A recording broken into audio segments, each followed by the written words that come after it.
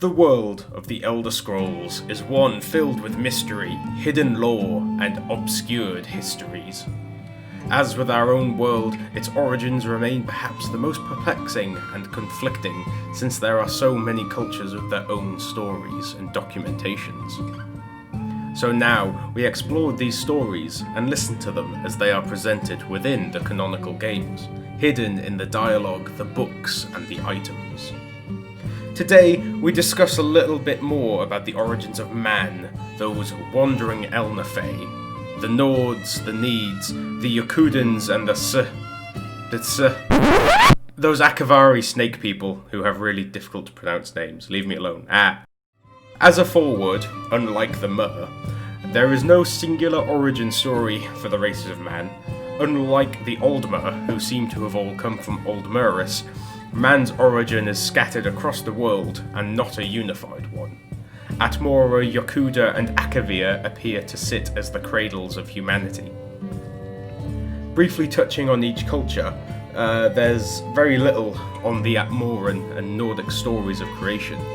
The Needs, or those humans that appear to have been native to Cyrodiil prior to the conquest of the aliens there, have had all of their history erased by the aliens and their oppressors. We know little of Akavir as well, since, it doesn't really interact much with Tamriel. Despite it having invaded it 3 times, there's still very little documentation about their culture. And the Yakudans probably have the most definitive story to tell. Man's view of creation, and by extension religion, have been heavily influenced throughout the history of Nirn by the Merfolk. Additionally, we see that with the rise of the Alessian Empire and the Alessian religion, that spread quickly through the roots of mankind. It fused with Nordic beliefs, and the slaves in Cyrodiil that had been brought quickly took to the divines of the Merfolk. Thus, we can assume nowadays much of Manfolk's belief in creation is biased towards the Aldmeri interpretation, except for the Yakudans. The Yakudans, or those that would become the Redguard, have a widely different belief to the creation of the world. Where the Atmorans, or by extension the Nords, have had their views lost to time and changed by their exposure to the Alessian order, the Redguards have held on to the beliefs of their homeland to this very day. So, with the introductory ramble out the way, let's tell the story of creation from the point of view of the Yakudans. Get ready for a lot of snakes. There's a lot of snakes in this one.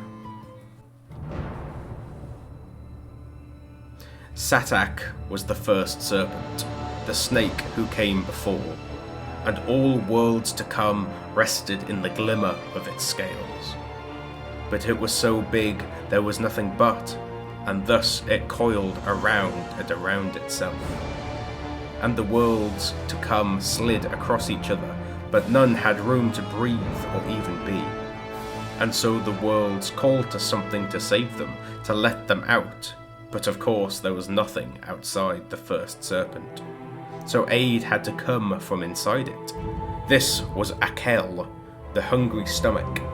Akel made itself known, and Satek could only think about what it was, and it was the best hunger. So it ate and ate. Soon there was enough room to live in the worlds, and things began. These things were new, and they often made mistakes, for there was hardly time to practice things from the time before. So most things ended quickly, or were not good, or gave up on themselves. Some things were about to start, but they were eaten up as Satek got to that part of its body. This was a violent time. Pretty soon, Akel caused Satek to bite its own heart, and that was the end. The hunger, though, refused to stop, even in death, and so the first serpent shed its skin to begin anew. As the old world died, Satakal began, and when things realized this pattern, so did they realize what their part in it was. They began to take names like Ruptga or Tuhaka, and they strode about looking for their kin. As Satakal ate itself over and over, the strongest spirits learned to bypass the cycle by moving at strange angles. They called this process the walkabout, a way of striding between the world skins. Ruptga was so big that he was able to place the stars in the sky so that weaker spirits might find their way easier. This practice became so easy for the spirits that it became a place, the Far Shores, a time of waiting until the next skin. Ruptga was able to sire many children through the cycles, and so he became known as the Tall Papa. He continued to place stars to map out the void for others, but after so many cycles there were almost too many spirits to help. He made himself a helper from the detritus of past skins, and this was Sep, or Second Serpent. Sep had much of the hungry stomach still left in him, multiple hungers from multiple skins. He was so hungry he could not think straight. Sometimes he would just eat the spirits he was supposed to help, but Tall Papa would always reach in and take them back out. Finally, tired of helping Tall Papa, Sep went and gathered the rest of the old skins and balled them up, tricking spirits to help him, promising them that this is how you would reach the new world, by making one from the old. These spirits loved this way of living, and it was easier. No more jumping from place to place. Many spirits joined in, believing this was good thinking. Tall Papa, he just shook his head. Pretty soon, the spirits on the skin ball started to die, because they were very far from the real world of Satakal, and they found that it was too far to jump back into the Far Shores. The spirits that were left pleaded with Tall Papa to take them back, but Grim Ruptga would not, and he told the spirits that they must learn new ways to follow the stars to the Far Shores now. If they could not, then they must live on through their children, which was not the same as before. Sep, however, needed more punishment, and so Tall Papa squashed the snake with a big stick. The hunger fell out of Sep's dead mouth and was the only thing left of the Second Serpent. While the rest of the new world was allowed to strive back to godhood, Sep could only slink around in a dead skin, or swim about in the sky, a hungry void that jealously tried to eat the stars. So, interestingly, this is the first real mention we get of the constellations that we see in the game. This creation myth almost directly mentions the Serpent constellation, which is known to wander aimlessly around the sky. I have my own theories about the constellations and what they represent, but that's for another time. The Yokudan pantheon is very different to the Alessian pantheon and the Merethic pantheons.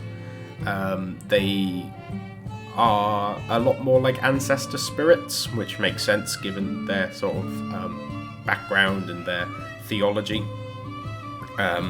We also see that they don't seem to have the same representations of Aedra and Daedra, which is odd given, the presence of Aedra and Daedra being so prevalent throughout Tamriel.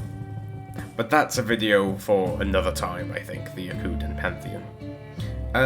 There are still a few more stories left to tell. We've got the Cyrodiilic interpretation of Lorkhan's trickery, which is known as Shazar's Song, and then we have the tales of the Argonians and the Khajiit. And then I have something very special planned before we start trying to piece things together and start discussing theories and working stuff out. But that's all the time I've got for today. Thank you all very much for watching. If you have any feedback to offer, I'd love to hear it. I apologise that this has taken so long to come out. I think it's been... that's a while since the last one. So I do apologise, I was dealing with things trademarked. But as I said, feedback is greatly appreciated. If you could leave me a like and a subscribe, and I know that you're enjoying the content, I'd be very muchly appreciative. So take care everyone, stay safe in these times, goodbye.